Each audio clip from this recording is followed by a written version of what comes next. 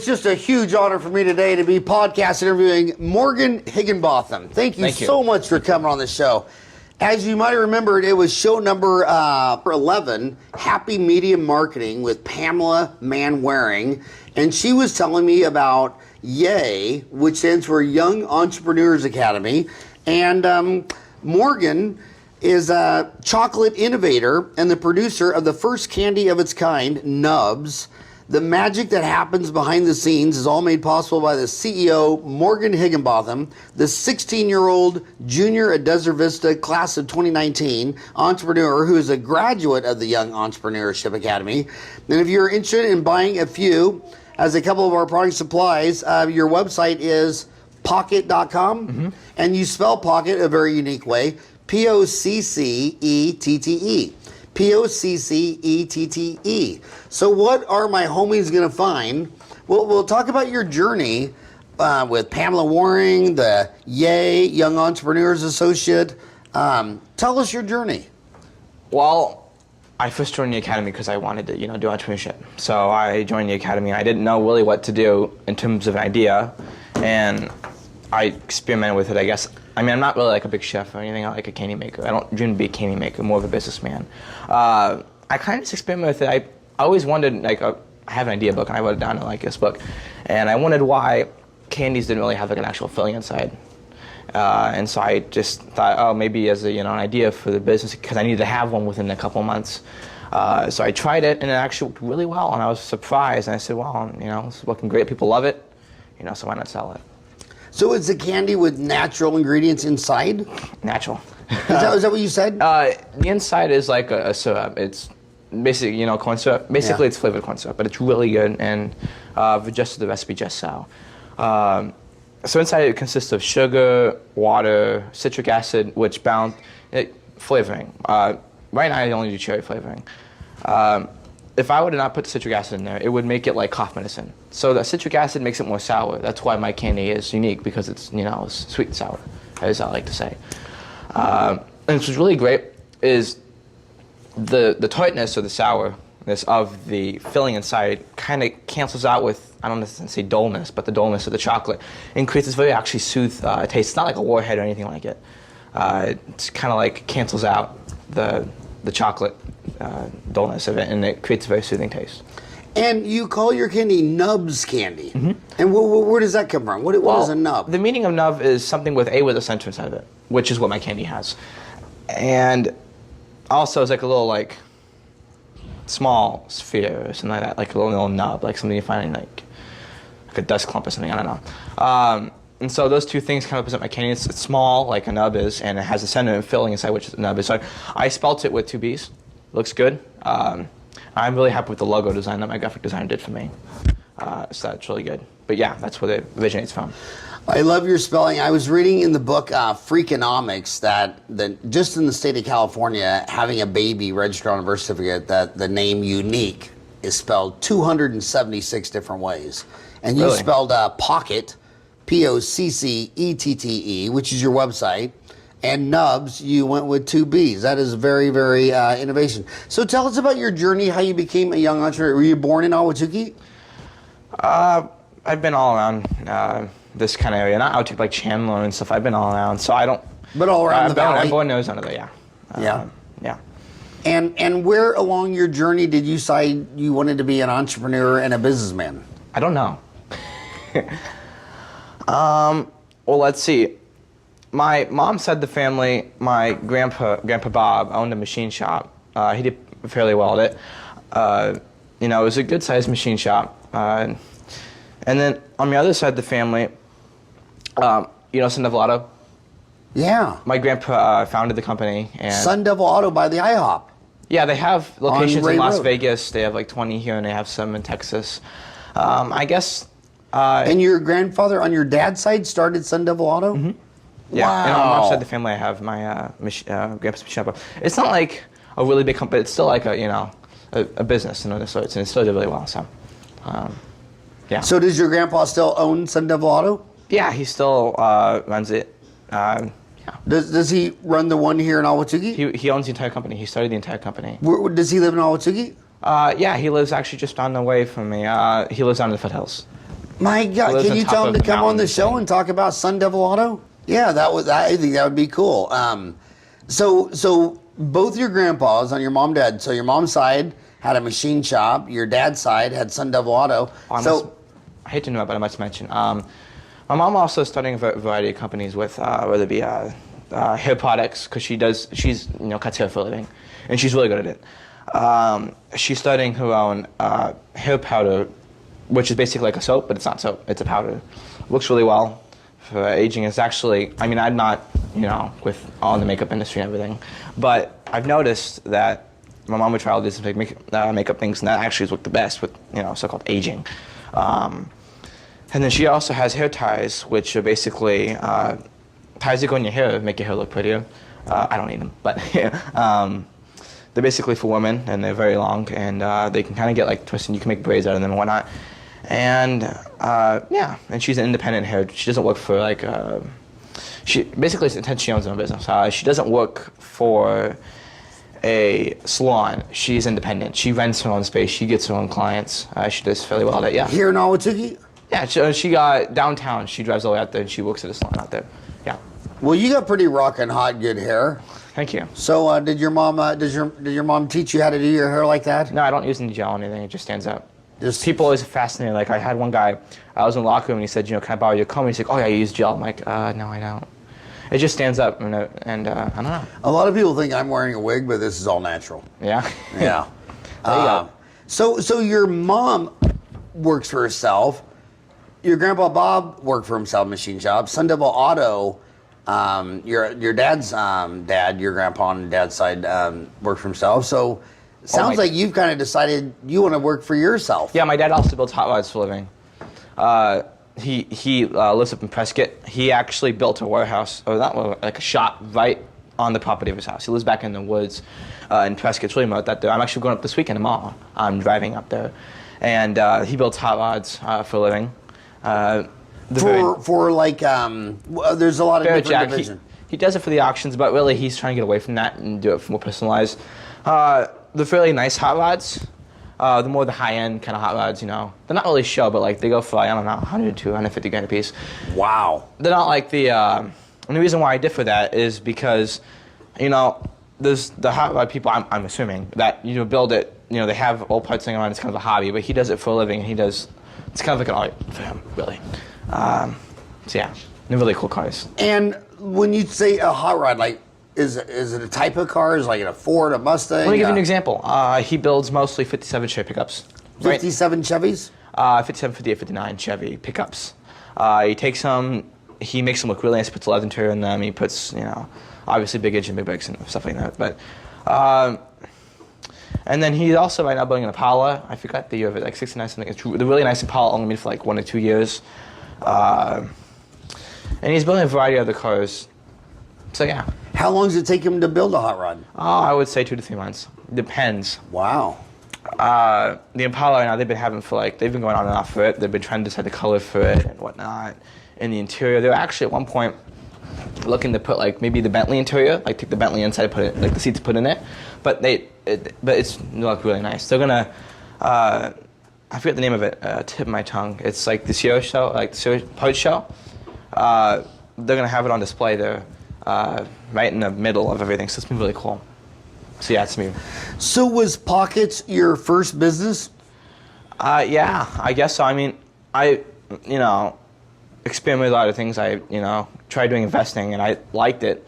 I started off at $400, and by the end of 8 months or so, I ended up with over $1,000. I made like $600 in profit overall. So I did fairly well in investing. I will admit there was a lot of risk involved, and I probably today wouldn't have done what I've done, but I made a lot of money off of it. I like reading books a lot, and I read a lot of books on investing and going through, and but I don't do it anymore because it takes so much time, and I prefer business over investing. So do you have another business idea on the horizon? Of course I do. I love it. Next year I'm taking engineering 7-8. That's the first time. The guy who teaches it, his name is Mr. Mr. Southletter. Yeah, he's a really cool guy. He worked for the engine department at, I believe, engine department for General Motors, building engines. I think he's retired right now. obviously because he works for the engine department. Why would he go from teaching because he's retired? But he's really good at teaching. And me and him next year are going to build a hydrogen combustion engine. You take a look at these. Basically, you pour water in your car. It goes through electrosynthesis, which basically takes the water. It's made of hydrogen and oxygen, H2O, separates the hydrogen and oxygen, puts it back into the engine, combusts it. Instead of using gas, it uses hydrogen, which is much, much more powerful and so more eco-friendly. Not only it produces 4 times less carbon emissions, but also produces, I believe, twice as much power. So you can have a smaller engine, more efficient, more economical, more eco-friendly. And the reason why I'm tending more towards this, and like they have the hydrogen fuel cell. Have you heard of that lately? Mm-hmm. Basically, what they do is they take hydrogen and oxygen. They have hydrogen and oxygen gas tanks, which are very expensive tanks and very volatile. If it explode, and they probably combust very rapidly, very dangerously. And they store it in 2 separate tanks. The cost of transporting hydrogen gas is so high because the store. If I were to take this entire room, which is oxygen, it's vapor right now, gas, I would take and put it down to a liquid. It would probably be half of that water bottle. So obviously the cost of transporting it is much higher because the gas takes up much more volume than does a liquid. Versus water you can get out of your garden, literally just put in your car. I understand right now we're facing a water crisis, but you can put salt water in it, I believe, and it will work just fine. I'll have to change the filter once in a while, but that's not a big problem. Takes that, combusts it, burns it. The hydrogen fuel cell takes the hydrogen and oxygen gases, combines them, and then turns that, and so the byproduct is water, because you combine hydrogen and oxygen, it makes water. And so apparently when it combines it, it makes electricity. The inefficient part is it takes just as much energy to separate hydrogen and oxygen as it does to combine it. So they have to separate it, which takes energy, to transport it, which is very costly because it's in vapor, a gas. They have to recombine it, which is very inefficient because it has to be stored in tanks, which you can't really go that far because the gas is much bigger, and so it's very much more efficient to store. Electric cars, so they're great.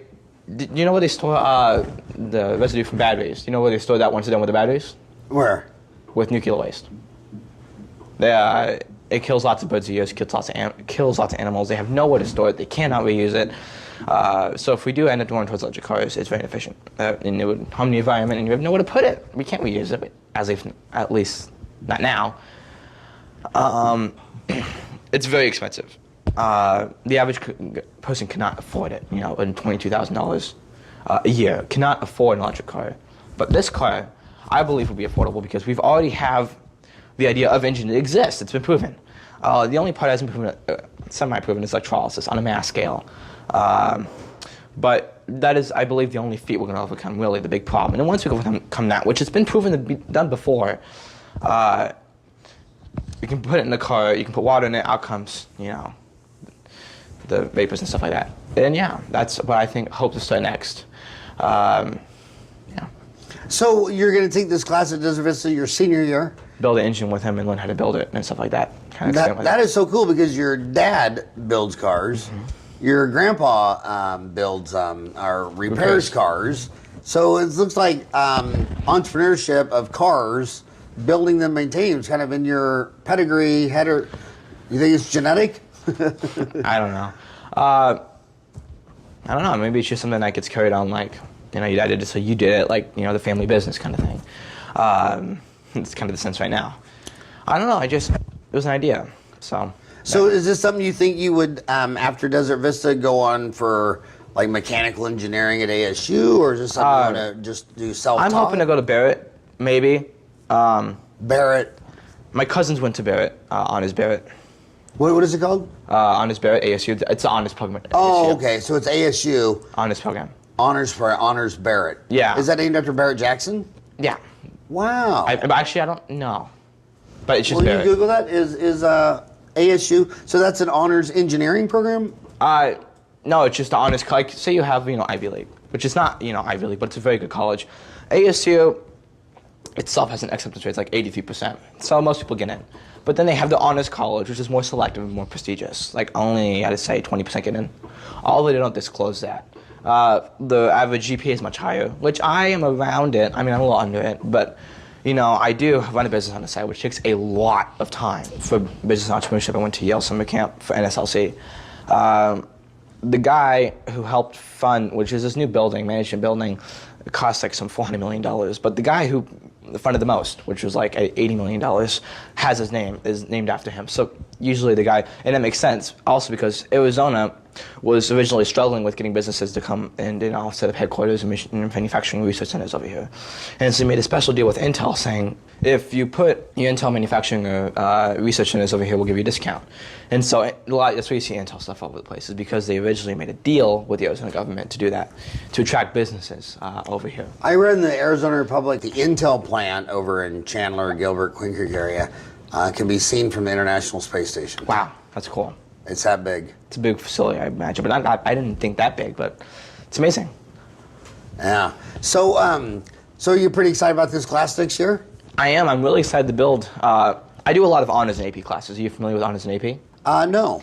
Basically, you have your regular classes like regular math, so excited about. Then you have honors, which is more advanced. Then you have AP, which is basically on steroids. It's way advanced. You take an AP exam at the end of the year. It's very advanced. And what does AP stand for? Advanced placement, college level classes. So you get college credit for these classes? Absolutely. Even for honors, sometimes you get college credit. Like, for example, calculus, AP Calc. You take the class, you take the AP exam, score high enough on it, you get college credit. It's a very rigorous course. Right now I'm honors finite brief calc / brief calc, honors finite math / brief calc. I get college credit for that. It's a college level course. I don't take an AP exam because it's not an AP class, but I do get college credit for it through Rio Salado. Yeah. So Rio Salado, so it'll apply at Rio Salado. Will it apply to ASU? Yes. Nice. Yes. All in-state, I believe, and various out-of-state ones. Because it doesn't cost you anything when you're going to Dismiss, right? AP honors class? Well, you have to pay for, like, the exam's $100, and the Rio Salado dual enrollment is quite expensive, but not as expensive as taking the class itself. So now do you think you would go to Rio Salado for the first couple of years and transfer to ASU, or would you go straight to ASU? I'm a tri-state parent. So my cousins did. They had stellar GPAs, which my GPA is pretty good, but I will admit it's not as high as I want it to be because this business takes up so much time. I mean, I spent hours and hours. And you're talking about the Poccette business, Poccette.com? Yes. This business. Poccette.com. So tell us about that business. How are products and sales and marketing and advertising, how's that all going? It's going okay. I mean, I sell at the farmer's market, which, isn't stellar. On Sundays? Yeah. Like my first week I sold there, I made $60 revenue, $60, and then it's increased. And last week I made $110, which was really nice. I hope to do for retail. I have no idea whatsoever how it's going to happen. How I'm going to get into retail. I heard it's very vicious. I heard it's very hard to get into. Familiar with Costco, the biggest wine retailer on the planet. Only like 1% of people who apply get in. Right now it takes me so long to make the candy. My dad built hot something for a living, as you're familiar with, and I'm looking to build like a machine or something that can help me make chocolates faster. Because it takes me 3 hours to make $150 worth of product. It takes me, I have to pay my brother too, $8 an hour. He's happy with it, I'm happy with it. Is he at Desert Vista too? Yes, he's a freshman. He's taking honors programming right now at Desert Vista. I pay him $8 an hour, so it costs, I have to pay labor, I have to spend many hours of my time doing it. It's very stressful because I barely have time to do it anyway. So I'm up to like 12 o'clock at night making chocolate, which it's funny. People assume, oh, you're a chocolate business. You enjoy making chocolate. No, I don't enjoy making chocolate, but I enjoy running the business. If you take a look at Shark Tank, the people on there, they invest in new businesses every time something comes on, usually to the Shark Tank. They don't have to necessarily have a passion for the product, but they do have to have someone understanding and have to like it. And they like business, which helps them, Kevin O'Leary, the guy on the Shark Tank. Mr. Wonderful. Yes. Is he your favorite? I don't know. He has the best hair. I like yours. Amazing hair. He has like 400 different products, 4 different companies he sells. Do you think he has like a passion for every single one? He doesn't. He has a passion for business, which helps him drive towards making each product successful. So I don't have a passion for chocolate, but I do have a passion for business, and that's what helps me get along. And my website and my phone, as you can see, if you go down to the bottom, you can click use desktop version. That's the one I've been working on. so your little brother is learning how to program. So did he make this site? No, I made it. So you're a programmer too? Well, yeah, I took programming. I'm AP Computer Science right now. Taking the AP exam in May. Yeah, I'm learning how to do computer stuff and whatnot. But, you know, I play around Google GoDaddy. A lot of the images, the graphic designer who made my graphic for my candy, like I said, did a great job with it. I'm kind of nifty when it comes to graphic design. You can see maybe the waves on there, or if you go and see it, you can see it online. But there's like the different waves on there. Maybe when you see it, it'll be a lot later, be more updated. It's not finished right now. It's half finished. I wouldn't even say half. Well, baby steps. Business. A lot of business is marketing, public relations, networking. So right now you're talking to thousands of people in Ahwatukee.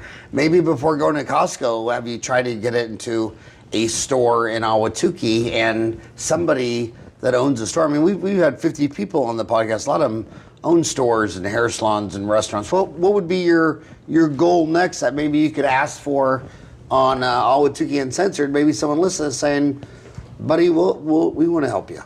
Well, here's the thing: is I ran on building a machine to help me make it faster, like I said. Then I can go into stores. I can barely even keep up now, and in my opinion, barely selling anything. $110 to me a week is, I don't like that. I want to make more. So is the farmer's market every Sunday? Pretty much. It's not going to be available on March 11th. I won't be there, obviously, this Sunday.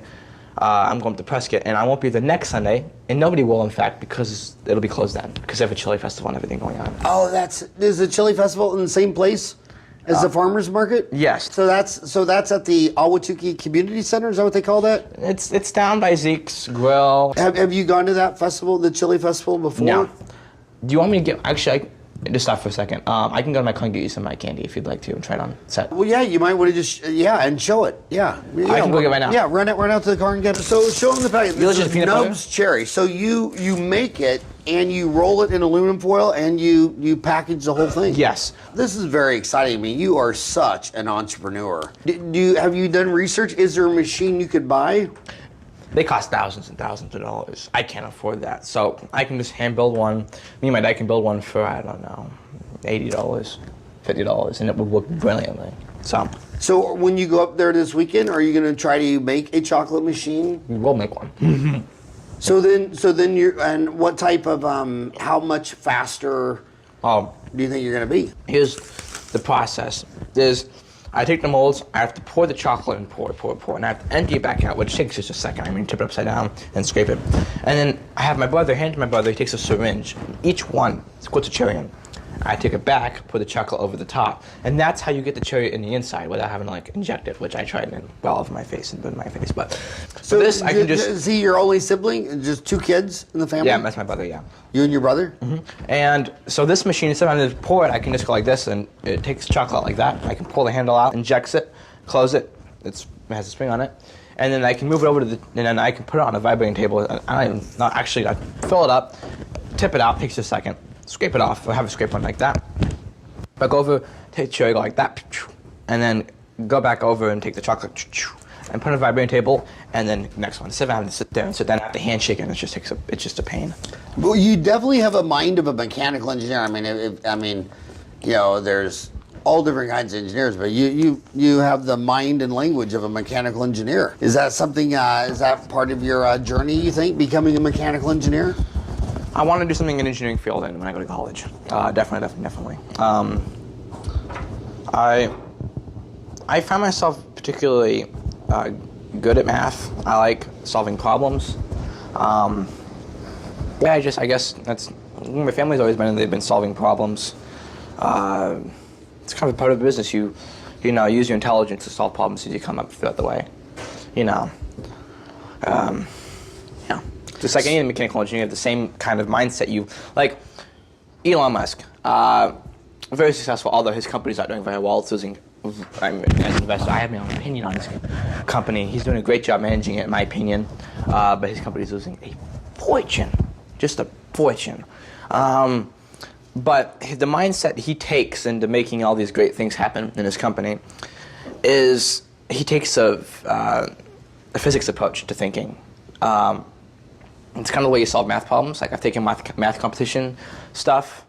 I forget how exactly you do it, but you kind of like make a list of what you know and don't know, and you kind of work your way up from there. It's kind of the way you kind of solve math problems usually. Apply that kind of. To that. So as you were an investor and you went from $400 to, what'd you say, $1,200? $1,000 in 8 months. Yeah. Would you invest in Elon Musk today, his Tesla company? No, not a chance. Not a chance. It's volatile. Doesn't make any money. Until it shows signs of stability and making money, no way. Neither Amazon, because sure they made 1.6 billion, but the revenue is like 150 billion. They barely have a profit margin, at least of right now. The stock is, you know how much Jeff Bezos is worth right now? 105 billion. 120. 120 billion. Yeah, and Bill Gates was like 90 billion, I believe. But it just is so volatile. The optimism of everyone investing is just, they're all irrational. They'll always be irrational. Amazon's really, like the money they made, 1.6 billion, all came from the web services. So really the actual retail hasn't made, which I understand why they're expanding rapidly, and I agree, but I want to make sure that there's signs of money coming along. And I haven't dived into the financial report. I would like when I was back investing, I would spend like a couple hours looking into a financial report, looking if there was any financial shenanigans, like if there was, remember 2000 dot-com bubble? Well, those companies, if you looked at the financial report, you could easily tell that there was something fishy going on. And some big, like 2008, the banking crisis. A lot of the, Bill Clinton, this is an interesting fact. Bill Clinton, he's known for being a president, also for keeping the national debt constant during his presidency. Well, how he managed to do that was, I believe, not very good, because he went to the Federal Reserve and the banks and he said, all right, I want to keep the national debt, and I want it to grow during my presidency. In exchange, we will deregulate the banks, which means they won't be watched over anymore. And so as time went along, things built up and built up and built up and built up. And they were able to make a loan, put it on the balance sheet. Basically, the balance sheet is, they record all their assets. They're able to put it on the balance sheet, the loan, and then just take it off and throw it away. So they're able to endlessly, and they weren't monitored by the SEC, they weren't. And so basically, because of that, because of deregulation, they were able to do things they wouldn't be able to do, and it wouldn't have been nearly as big a catastrophe, if not a catastrophe at all. And you could have looked, and I believe by some ways you could have noticed, if you went back through the quarterly reports and looked at everything they spent and everything they got in, you would have noticed this doesn't add up. And you would notice something very fishy going along, which is what some noticed and some were very successful betting against it. So yeah. What was that movie that came out on The Big Short? Did you like that show? Mm-hmm. The Big Short? I found that was an amazing show. It was. Very good. Yeah, I mean, not very many times does Hollywood come out with a movie that's really educational. I mean, you really learned a lot of intense, and I was really impressed by how many reporters in the business community said, wow, they really taught some really complex lessons. I agree. Well, I have a second sandwich. So what kind of sandwich, where did you get that? Did you make that? My mom made it for me today. I'm not feeling too well. What is it, refried beans and? No, it's actually peanut butter and jelly on pita bread. It's actually very good. Peanut butter and jelly on peanut bread? I have pita bread, yeah. I actually prefer peanut and jelly instead of tortilla. And it sounds weird, but it's actually very good. Nice. So is your brother going to go with you to help build this machine in Prescott this weekend? Yes. Yes, he will. Now, does he have you're interested in more mechanical engineering and he's interested more in computer sciences? We don't know. I took computer programming and I said, you should take it. So. Do you think you'll go in business with your brother, or do you think you? No, I'm not going to involve, or at least try not to involve, family in my business. Now my grandpa's someone involved. Like, he's helped support me quite a bit in the business. Like if I had a trademark I needed to get by, he would help me buy it and stuff like that. He's been a tremendous help also in advice, and I think he would be a great partner, mentor going on. It's my grandpa. But other than that, I don't want any other family in my business. I've seen many bad things happen with families and businesses, whether the business be split up or whether it be, etc., from many instances of many other companies. And it's just a general rule of thumb to try to keep family in business as much as possible. So I'm going to try to do that as much as possible. Although my grandpa's obviously taking advice and money from him because he knows what he's doing. I mean, he's built a company that has 30-something stores.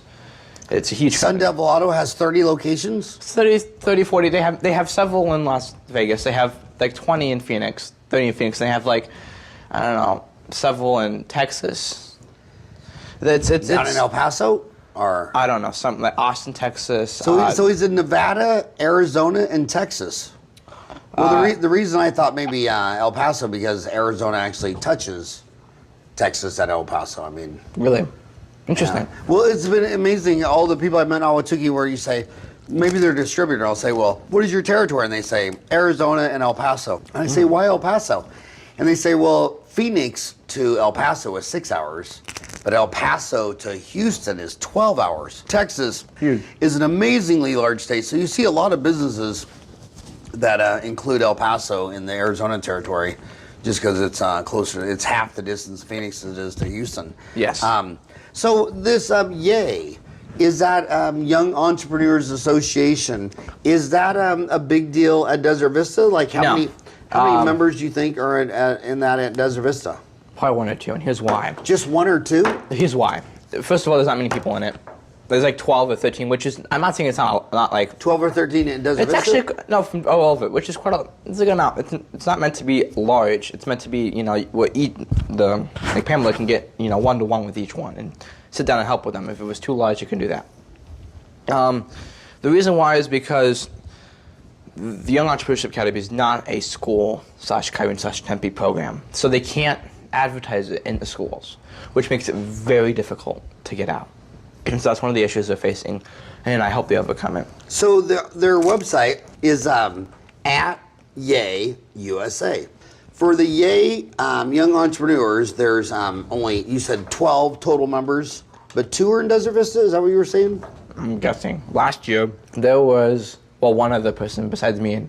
Well, that is so cool that Pamela is into that. The YAY Arlington CEO, Karen Rosals. So what would you say to any kids watching this that go to Desert Vista or Mountain Point High School, the only 2 high schools in Ahwatukee, if they wanted to join? Well, first of all, I should say, if you go to Mountain Point, switch to DV, it's a better school. Second, seriously, or is that just DV like offers ASU a lot of versus academics. For example, I know a kid named Alex. He's really, really smart. He switched from Mountain Point to DV because Desert Vista is superior in academics. True. We have the best grades. We have usually the smartest people, more academically, passionate people. We have a lot more honest and AP programs here. Now, can anybody in Ahwatukee pick any high school, or do you have to be within a geography? Both. You can pick. Actually, I was out in Gilbert and I went to Esperanza down here in May, so. So what do they call that? Open enrollment? Tell me, I don't know. I mean, I just signed a form and says, you want to go to Desert Vista? I said, yeah, I'll check. So, Desert Vista. Well, great. Now I want to move on to my candy. Go over your candy. So, I have dark and I have milk. You have what? I have dark chocolate and I have milk chocolate right now. Dark chocolate and milk chocolate. No, this is the cherry flavoring. This is so cool. I ordered flavorings from online to test, I actually have some with me, and if you guys want to try, I'm thinking of selling the syrup inside separately, like goes with foods. I have actually new flavors coming. Right now I have cherry, I have strawberry and raspberry with me, which you guys can try. Not in the chocolate, but by itself. And then I ordered several new flavors just to test. Not like big bad, but to test. I ordered, my brother helped me pick out too, watermelon, blueberry, caramel, cotton candy, stuff like that. Grape, which is going to be really good, and I think this is going to be excellent by itself and in the candy. You guys want to try some? Absolutely. You know why I love cotton candy so much? Why? It was actually invented by a dentist. Can you send me that, the dentist and the year it was invented by a dentist? Here's the milk chocolate if you want to try one. So these are slightly melted, as you can see, because they're seeing my card just a while ago. And they melted, but I'm pretty sure I can. This is dark chocolate. So is your car going to be a hot rod too someday? Is your dad going to convert it to a hot rod? No, it's a 2000 Ford Explorer. You can't really convert it to a hot rod. You take old cars from like 1950s, So 60s, does 70s, your 80s. family have a favorite car like Ford, Chevy? Usually Chevys, GMCs, My that side of the family is usually a big GMC fan. My grandpa, Bob, and my grandma, are big GM fans. I should say GM because GM owns Chevrolet and GMC and Cadillac. They used to own Oldsmobile and Pontiac, but those went out of business. What went out of business? Pontiac and Oldsmobile. But yeah. Oh, really? They don't make a Pontiac anymore? I don't think so. Last I heard. So now it's Chevy, GMC, Oldsmobile's out of business too. Chevy, Oldsmobile, and then you have Chevy, Oldsmobile. No, Oldsmobile's out of business. You have Chevy, GMC. Chevy's more the lower, GMC's the middle, and Cadillac's the high. Like for example, my grandpa Bob, on my side of the family, owns a Chevy or a GM pickup. And my grandma Seal, my mom's side of the family as well, his wife, owns a GMC Yukon. And then mom was a big Toyota fan, but that's because she had a bad experience with the GMC Kid, because it was a brand new model. They never actually it sold before. So I had problems, and that was the way new models go, is they have problems. My dad's side of the family, my dad owns a GMC pickup. My grandpa owns an Escalade.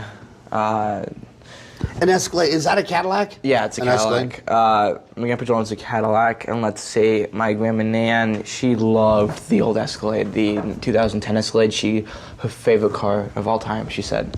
It just was simple and it was very comfortable. My dad had an Escalade too. He drove to like 180,000 miles, which is not bad at all. When Ryan was, when my four boys, their first 10 years, they were in a one GMC Suburban. And then their second 10 years of life was in another. Do you remember those two? Oh, yeah. The first one was what color? Blue. And I bought it the day Eric was born. Really? And then when he was 10, I bought the second one. Actually, the second one was green, and they each lasted 10 years. Yeah, 180,000 miles, not bad. Mine's a 2004 Explorer. The reason why it's not a GM is because my dad was in California. He wakes up really early, so he saw it on the screen. He said he's looking for cars for like 5 months or so, and he saw it. It was very low price, very good condition, supposedly. And there's a 2004 Explorer, so let's go get it. Mine's a 2004 Explorer, limited edition, all the gizmos, gadgets, heat seaters, you name it, V8, all-wheel drive. Poor gas mileage. Poor gas mileage. I get, on average, 15 miles to the gallon. If I'm on a good day, I'm getting 16. That's like excellent. So do you drive to school or walk to school? I walk because I live actually 0.55 miles from school, so I can walk there very easily. It's actually faster to walk than to drive there. You know, I got to have a fact on Kanye. Cotton candy was invented in 1897 by a dentist named William Morrison and confectioner John C. Wharton, and first introduced to a wide audience at the 1904 World's Fair as fairy floss, with great success, selling 68,000 boxes at a quarter a box, equivalent to $6 a box today. Cotton candy, also known as fairy floss in Australia, and candy floss in South Africa, the UK, New Zealand, Ireland. And it's just, all it is sugar. I just think it's ironic because sugar causes tooth decay. It was invented by a dentist. It's kind of funny. GM has the low-cost Chevy, the middle-of-the-road GMC, the high-cost Cadillac. Yeah. Where would your candy be price point-wise? Is it low-cost, meaning high-cost? Low. I tend to get into like convenience stores and whatnot. Not now. I'll hand make it too expensive. Hopefully. Now, right now, it's high cost because it takes a lot of time to make them. I have to hand make them, which I'll probably hand make them for another couple of months. So I'll actually get a piece of machinery, which that's a hope. That's a dream. But right now, I have to hand make them. Takes a lot of time, so they're very expensive. I don't make the chocolate, but I make the syrup. So I found the right chocolate that goes with the syrup. Now, I have strawberry and raspberry syrup by itself. Would you like to try it? Absolutely. I apologize. Wait, I apologize for the wrapping. Actually, I have this raspberry. I have the straw. It looks kind of weird, but ignore that. That's other residue from something else. It's actually from, because I had to make molds out of silicone. And here's what happens. After, I don't know, 6 or 8 months, because it's made of sugar and water, after a while, the sugar and the water separates, and so you have this clump of sugar on the bottom. Yeah, I bought a spoon. So this is raspberry. I can actually, the minute you took the lid off, I can smell raspberry. Oh yeah. Very aromatic. It is strong, but it is good. It's not like, wicked strong will make him, but it's really good. So that's raspberry. And then This is good. yeah, this one's more sour than the rest of them, but this one is And you less said sour. the sour was from the citric acid? Yes, but just so happens that raspberry also tastes more like that as well. This one, this is strawberry. The strawberry. Yes. If you and your I'm just brother like and that. your dad in Prescott make this machine, do you think you'll add production enough to where you'll want to try another location of selling these besides just the farmer's Oh, market? absolutely. What would be your next step? I don't know. I mean, I you would can't try go to into experiment. Costco until you can make millions. I'm gonna try to see if anyone wants a convenience store. I'm gonna go, hey, can I just put it in here free? You get to keep the profits and all the revenue. I just want to try and see how it does, and then I can I want us to do online shipping. I sell bags of them. But talk to these people. You might have people listening to you right now that own business. You said a convenience store. Would you do it in a hair salon? Would you do it in a restaurant like Bob Benny's? What about Sun Devil Auto? What about selling them at the counter at Sun Devil Auto? It's all been great options. Heck, just the employees alone might be good customers. Yeah, there's vending machines. They have one at each Sun Devil. Also have a vending machine with chips and stuff in it. My cost. I know my cost to the penny. As a matter of fact, I can pull up my phone. I can tell you the exact cost of what it takes to make the candy without labor. I haven't calculated labor yet. But with this new machine and everything, it's going to go drastically down. So that's why I really haven't. What do you think the machine will increase your productivity? You think it'll be I'll buy like tenfold at least. you'll 10x your productivity with this machine? Just in the making of the candy, yeah. Now, warming the canned chocolate up takes a long time. So I need to build a machine for that. And then once I get that and that, then packaging takes a little while.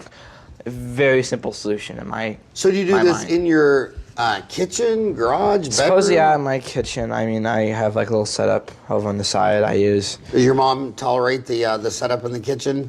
Barely. Barely. Let's see. What percent of your product does your mom and brother and you eat? If you make 100 units, what percent do you guys consume yourself? About 0.5%. Only 1 out of 200 pieces?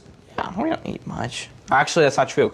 We have some that break, so then we eat them. So I would say about So you eat your 3%. My brother eats most of them, to be honest with you. I grew up working at Sonic, and there was nothing greater than when they got the order wrong. They'd bring it back to the break room and say, we messed up the order. And we'd say, yes! And get eat a free hamburger, chili dog, tater tots. So let's see.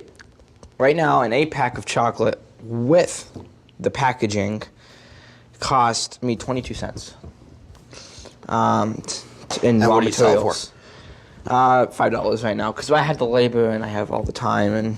But the biggest cost I have right now is actually not the chocolate and the cherry sip itself. It's actually the tin foil and the sticker. The sticker costs more than the chocolate and the cherry inside, which is funny. Just sugar is not expensive. Water is basically free. Flavoring, it is expensive, but you barely use any. Coloring, you barely use any. Almost insignificant. Citric acid, you barely use any. I buy a whole 8-pound bag for $22, and I bet I wouldn't even use that up within the next. If I kept it the way I'm going right now, I probably wouldn't use it up for another probably 5 years. So really, it doesn't cost much to make it. So you're a fan of Shark Tank because you knew Mr. Wonderful's name, you knew Mr. Mark Cuban's name. I watched, I don't know, some like 6 or 8 months ago, I watched quite a few of them. I haven't watched them quite a while though, but. Now, is that something you'd ever see yourself trying to go on? I don't Shark know. Tank? I don't aim for that. I mean, a source of funding. I don't think I need to go to that extent for funding. My grandpa's been a great investor, and I'm pretty sure if it does well, he will invest in it. Invest in it, or would you want him as a partner or as a banker? I don't know. I have no clue to discuss if it ever got to that point. Hope it does to get to that point. But right now, I don't know. I think he should come on the show. There's so many people. I've been using Sun Devil Auto. I mean, there's so many people that use it. I mean, they'd love to put a face behind that. Yeah, ask him and give him our numbers and emails. That would be fun. It's more of like a national company. They have Las Vegas. I don't know how it would look. I don't know. In my opinion, like a lot of the businesses that come on, like are usually, decent size, right? Decent size. His business is a lot bigger. I don't know how it would for him. I'd have to ask him though, and I'll give it a shot. Ask him. What's his name? Joel Higginbotham. Okay, so same last name, Joel. So it's your dad's dad. Yes. Joel Higginbotham. Higginbotham, yeah. Higginbotham. Now that is so cool. That was the fastest hour I've ever done on a podcast. Is there any final thoughts you'd like to say about trying to get them to go to your website, poccette.com? Yes. POCCETTE.com. Yes. First of all, we will be doing online shipping by the end of this month, end of March, this month. So you can buy it online. You don't have to come to the farmer's market. You can buy it. I can have it shipped to your house. We will be selling syrups individually, so that way you can put it on, say, pancakes, waffles, etc. We don't know how it goes good on stuff, but I tried it and it actually goes fairly well. So if you're interested by the end of March, I don't have the syrups up right now. Online delivery is going to be both candy and the syrup. Expect by the end of this month that online delivery will be up and running. You can go to the website, you can go to shop, you can go in there, just click what you want to buy. Buy it. It's very simple. Use this, I think, PayPal or whatever you can use your card. We will have many flavors. Hopefully we have more chocolate flavors. We won't have as many chocolate flavors as we will syrup flavors individually. Like, I'll probably end up having cherry chocolates, raspberry, and strawberry. And then I'll probably have cotton candy and stuff like that, separate syrups. May add it to the chocolate. Just kind of. What are you going to name your cotton candy? Nubbs cotton candy. Nubbs cotton candy. Because right now, like if you take a look at the packaging, if I have one that still is, it says Nubbs cherry. The Nubbs cherry filled chocolates. Nubbs cherry filled dark chocolates. And explain this part in the logo. That's this part here. It's organic. The dark chocolate's 100% organic. But I mean the graphic, the red with the three. So my graphic designer designed. And by the way, I must add the food coloring is 100% organic as well. So there's no red number 40. It's all organic. Now, the original logo looked like this. It's in half, but it's like which is a very good logo. I'm being fairly keen with Photoshop, not really Photoshop, but like paint on graphic design, I guess. I kind of added some effects to it, added some clouds, added some flowers to give the theme of organic. I also have packaging on the back. It says red number 40, but we don't have that anymore. We have organic coloring now, so that's great. I'm really happy about that. Dark chocolate's 100% organic. I cannot believe you're 16. You talk like you're a 36-year-old entrepreneur. Thank you. To have this many thoughts on entrepreneurship when you're only a junior in high school, that is amazing, buddy. Thank you. I mean, just really amazing. It was just an honor to podcast interview you today. It makes me want to live longer just to see where you'll be at 26. You might be we might be calling you the Elon Musk of Ahwatukee 10 years from now. We'll see. We'll see how it all works out. I have no clue how it's going to work out. I hope and try my best. Managing school, my business, it's very difficult, but I'm sure I'm definitely going to get somewhere, though. I'm going to keep trying. Well, if you were a stock, I'd buy shares in you today. Thank you. So, thanks so much for coming on the show. Thank you.